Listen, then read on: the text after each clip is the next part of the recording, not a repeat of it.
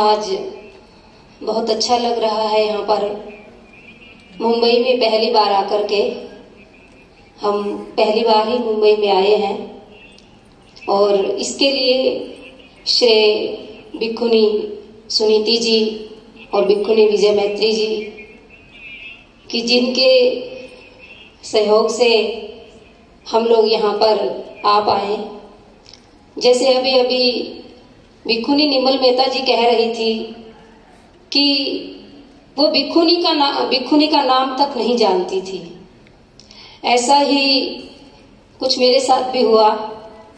UP में तो फिर भी भिक्षुओं को जानते हैं लोग, लेकिन यूपी से थोड़ा आगे आप चले जाएं, हरियाणा, राजस्थान, अगर हम पंजाब की बात करें तो वहां तो बिल्कुल ही पता नहीं है कि भिक्षु क्या है, भिक्षुनी क्या है, बुद्ध धर्म क्या है। हरियाणा की अगर मैं बात करूं, क्योंकि मैं हरियाणा से बिलोंग करती हूं, इसीलिए मैं हरियाणा से ही शुरू करूंगी। हरियाणा में बाबा साहब को बहुत अच्छे से लोग मानते हैं, लेकिन भिक्षु भिक्षुनी के बारे में कोई नहीं जानता है। और मैं भी आज से 7 साल पहले नहीं जानती थी कि भिक्षुनी शब्द क्या है, भिक्षु क्या है। बस इतना पता था कि लोग ये जो ड्रेस है इसे हमारे यहाँ भगमा बोलते हैं कि भगमा ड्रेस पहनते हैं और लोग मुंडन करके रहते हैं, घर छोड़कर रह सकते हैं। तो हमारे हरियाणा से 1-2 भिक्षु मुलाकात हुई। परम श्रद्धेय भिक्षु डॉक्टर कर्णा सिंह राहुल जी से मेरी मुलाकात हुई।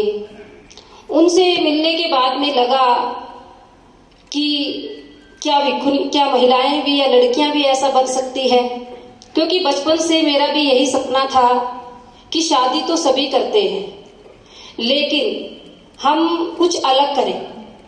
और कुछ अलग करने के लिए बस यही था कि पहले तो घर से बेघर होना पड़ेगा। तो वही है कि जो भिक्षुनियों का संघर्ष की बात है कि अगर हम अपनी बात करते हैं, हमें इतना संघर्ष नहीं करना पड़ा। क्यों? क्योंकि जिसके कहते हैं अगर गुरु अच्छे मिल जाते हैं तो संघर्ष कम करना पड़ता है, और अगर गुरु अच्छे नहीं मिलते हैं तो फिर जो शिष्य है उसको बहुत संघर्ष करना पड़ता है। जैसे अगर हम आरंभ की बात करते हैं, महाप्रजापति गौतमी, उन्होंने संघर्ष तो किया, लेकिन उनके संघर्ष को महाकारुणिक बुद्ध ने एक नाम दिया और भिक्षुनी संघ की स्थापना कर दी। और उसके बाद में संघमित्रा भिक्षुनी थी, जो सम्राट अशोक की पुत्री थी। उन्होंने भी अपने जीवन को त्यागा और धम्म में विलीन हो गई। लेकिन क्या यह संघर्ष ऐसे ही चलता रहा? अगर हम बाबा साहब के दीक्षा के बाद की बात करते हैं, बाबा साहब ने 14 अक्टूबर 1956 में दीक्षा ली। दीक्षा के बाद में महाराष्ट्र में बहुत सारी महिलाएं प्रभावित हुई, और महिलाओं के प्रभावित होने से उनमें से कुछ साहसी महिलाएं थी जो भिक्षुनियां बनी।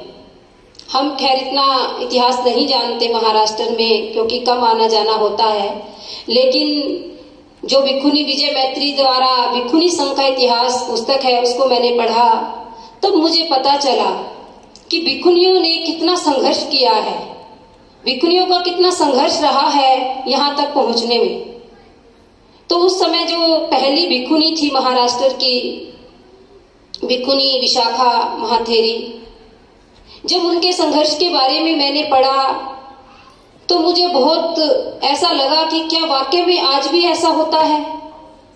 आज भी महिलाओं के साथ ऐसा दुर्व्यवहार किया जाता है, और वो भी एक उस धम्म में जिसको बुद्ध ने एक समान बताया है।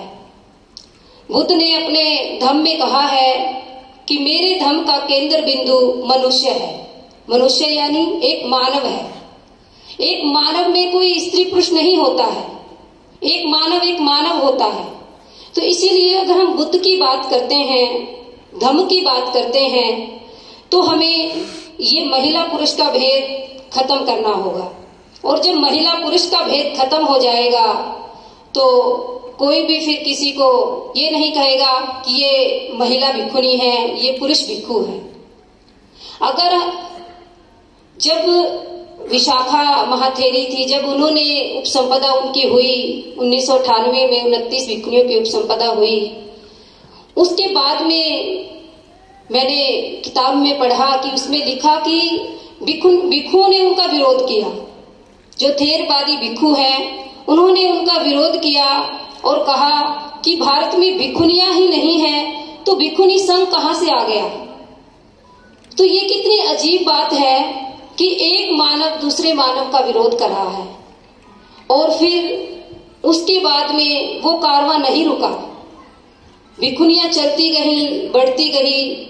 और ये सबसे ज्यादा श्रेय महाराष्ट्र में ही जाता है कि महाराष्ट्र की जो भिक्षुनियां हैं बहुत बहादुर हैं, बहुत अच्छे से उन्होंने संघर्ष किया है और जो भिक्षुनी संघ है उसको जीवित किया है। उन्हें उसका उद्धार जो किया है तो वो महाराष्ट्र की भिक्षुनियों ने किया है। क्योंकि महाराष्ट्र से बाहर अगर हम बात करते हैं, महाराष्ट्र से बाहर तो आज भी एक दो भिक्षुनी आपको मिलेगी। अगर मैं हरियाणा की बात करूं, हरियाणा में भी ज्यादा भिक्षुनियां नहीं है। मेरी नजर में एक या दो भिक्षुनी होंगी हरियाणा में, और कोई बनने के लिए भी तैयार नहीं है। क्यों तैयार नहीं है?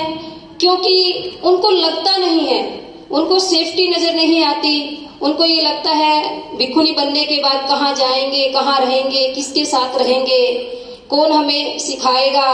तो ये बहुत सारी चीजें हैं कि जो अड़चन बनकर सामने खड़ी हो जाती है। तो जब मैं घर से निकली, जब मैंने गृह त्याग किया, तो मैं किसी भी महिला भिक्षुनी को तो जानती ही नहीं थी। क्योंकि मेरा बाद में परिचय हुआ भिक्षुनी विजय मैत्री से भी। एक बार पहले आई थी भिक्षुनी थुलनंदा जी से मेरी मुलाकात हुई थी, इनके पास में 4-5 दिन रही। फिर भी मुझे इतना ज्यादा अनुभव नहीं हुआ कि मैं भिक्षुनी बन सकती हूँ।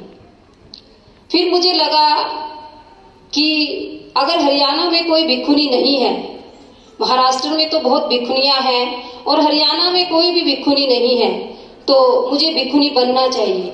मेरा पहले इरादा नहीं था भिक्षुनी बनने का, पहले इरादा था कि समाज में काम करना है, बिना शादी किए समाज में काम करना है, समाज में जो महिलाएं हैं उनकी जागृति के लिए काम करना है, उनकी शिक्षा के लिए काम करना है, बस यही सोच थी।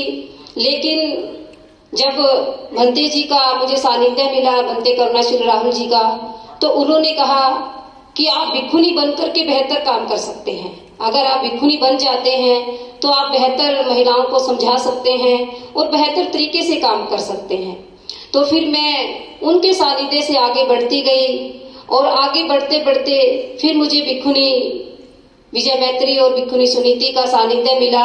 अभी 2023 में उपसंपदा का जो कार्यक्रम था उसमें जब मुझे भी ये भी नहीं पता था कि उपसंपदा क्या होती है, मुझे इस चीज की भी पता नहीं था। तो लेकिन जब विजय मैत्री भिक्षुनी मैंने जब मैसेज पढ़ा कि हाँ उपसंपदा हो रही है, तो मैंने भंते जी से पूछा कि भंते जी ये उपसंपदा क्या होती है या मेरी भी उपसंपदा हो सकती है। तो भंते जी ने कहा कि आप काफी लंबे समय से काम कर रहे हैं तो आपको भी एक भिक्षुनी बनकर के ही काम करना चाहिए। तो मैंने सफेद ड्रेस भी पहनी, पता नहीं था। 2 साल तक सफेद ड्रेस में भी रही अनागारित के रूप में, 2 साल तक फिर वैसे सावनेरी के रूप में रही। वो पता ना होने के कारण ये सब हुआ। फिर जब भंते जी से कहा कि आप उपसंपदा के कार्यक्रम में आ सकते हो, तो मैं पहली बार नागपुर में 2023 में अभी फरवरी में आई। जो भिक्षुनी संघ में ताकत है वो एक अकेले अकेले काम करने में ताकत नहीं है। भले ही हम सब अकेले अकेले काम कर रहे हैं, हम हरियाणा में कर रहे हैं, कोई कहीं कर रहा है, कोई कहीं कर रहा है, लेकिन अकेले अकेले काम तो हम करते हैं। लेकिन जो एक संघ में ताकत होती है वो ताकत जब हम इकट्ठे दिखते हैं तभी हमें पता चलती है। इसीलिए हम सभी लोग भले ही हम कहीं भी रहें, कहीं भी काम करें, लेकिन जैसा आज ये कार्यक्रम हुआ है ऐसे ऐसे हमें कार्यक्रम भी करने चाहिए और भिक्षुनियों को समय समय पर मिलना चाहिए। समय समय पर आपस में मिल बैठ करके जो भी कमियां हैं, बाधाएं हैं, काम करते हुए जो बाधाएं आती हैं, वो जो वरिष्ठ भिक्षुनियां हैं उनसे अनुभव लेना चाहिए और जो ज्ञानवर्धक भिक्षुनियां हैं उनसे बैठकर ट्रेनिंग लेनी चाहिए, सीखना चाहिए, तभी हम इस धर्म को आगे बढ़ा सकते हैं। और जो भिक्षुनियों का संघर्ष है वो ये मत सोचिए कि खत्म हो जाएगा। भिक्षुनियों का संघर्ष खत्म नहीं हो सकता, क्योंकि जब तक समाज में, जब तक इस दुनिया में पुरुष और महिला में भेद रहेगा, जब तक हम भिक्षुनियों के संघर्ष को नहीं कम कर सकते। जैसे जैसे नई पीढ़ी आएगी, नई पीढ़ियां भी संघर्ष करेगी और वो भी अपने संघर्ष से ही उभर कर ऊपर उठेंगी। तो इसीलिए मेरा सभी भिक्षुनियों से यही निवेदन है कि हमें संघर्ष से नहीं घबराना है, हमें संघर्ष करना है और जितना हो सके हम संघर्ष करें, लेकिन हम भिक्षुनियों के वजूद को बचाएंगे। आगे और जो पीढ़ी आएगी हम उनसे भी कहेंगे कि हम जो भिक्षुनियों का वजूद है, जो भिक्षुनी संघ जो भारत में लुप्त हो गया था वो दिखने लगा है। खुशी हो रही है कि भिक्षुनी सामने सैकड़ों में भिक्षुनियां बैठी हैं। अच्छा लग रहा है देख करके कि आज भारत में भिक्षुनी संघ मौजूद है। तो इसीलिए भिक्षुनियों को संघर्ष करते रहना है। और मैं अपनी ओर से भी ये कहूंगी कि भिक्षुनी संघ की स्थापना में मेरी जो भी जिम्मेदारी होगी, जो भी मेरा दायित्व होगा, मैं वो पूरी निष्ठा से निभाऊंगी। अगर कोई बड़ी भिक्षुनियां हैं उनके साथ अच्छे से आदर व्यवहार कर करके निभाऊंगी, और जो कोई छोटी भिक्षुनी है, उपासिकाएं हैं, सामनेरियां हैं, उनको भी हम प्रेरित करें कि आपको भी इस संघ में शामिल होना है। तो मैं ज्यादा ना बोलते हुए, क्योंकि मुझसे भी विद्वान भिक्षुनी जब समक्ष बैठी हैं, भिक्षु बैठे हैं, तो मुझे इतना नहीं बोलना है। इसीलिए मैं भिक्षुनी विजय मैत्री से ही कहूंगी कि वही इस जो भी भिक्षुनी संघर्ष का टॉपिक है उस पर प्रकाश डाले। इन्हीं शब्दों के साथ सभी को नमो बुद्धाय, जय भीम। आपने मेरी बात को ध्यान से सुना, इन सब के लिए आपका मंगल हो। साधु साधु।